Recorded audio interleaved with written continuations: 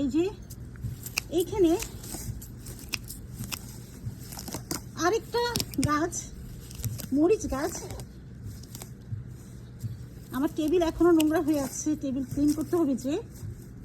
তো এই যে আরেকটা মরিচ গাছ, আমি একটু চেষ্টা করছি ক্লিন করার।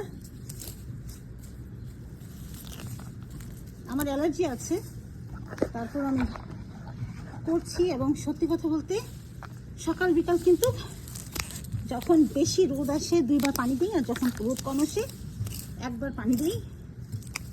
হাজার কাজের মাঝে, কারণ গাছকে সবাই ভালোবাসে, আমিও ভালোবাসি।